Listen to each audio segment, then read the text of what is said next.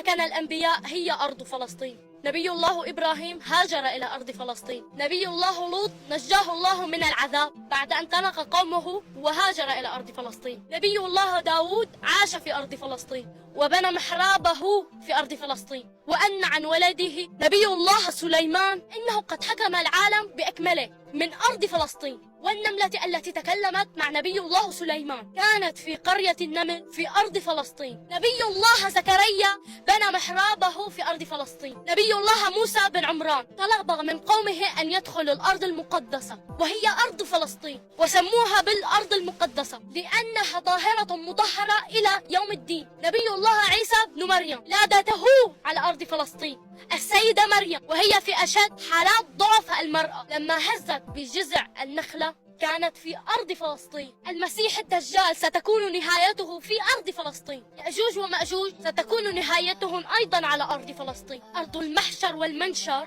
إنما هي أرض فلسطين. المسجد الأقصى في أرض فلسطين. الصلاة الواحدة في المسجد الأقصى ب500 صلاة وهو أيضا في أرض فلسطين. النبي صلى بكل الأنبياء وهو في أرض فلسطين. عرج بالنبي إلى السماوات العلى من أرض فلسطين. التراث العريق تجده في أرض فلسطين. مهد الحضارات في أرض فلسطين. أرض الرسالات هي أرض فلسطين. إذن هي رائعة الحضارات ومنطلق الجدارة منذ أن وطأتها أقدام الأنبياء والمرسلين الصالحين والمكرمين المعابدين والمسلمين الراكعين القائمين الساجدين. وأقول رسالتي إلى شعب فلسطين: أيها الفلسطيني المعتز بتاريخك، المعتز بنسبك، إذا سألك أحد الناس وقال من أنت فقل له وبكل فخر: ألا وإنني من بلد الرجال، ألا وإنني من أرض فلسطين، ألا وإنني من مكان أسمع فيه صوت الأذان، ألا وإنني من أرض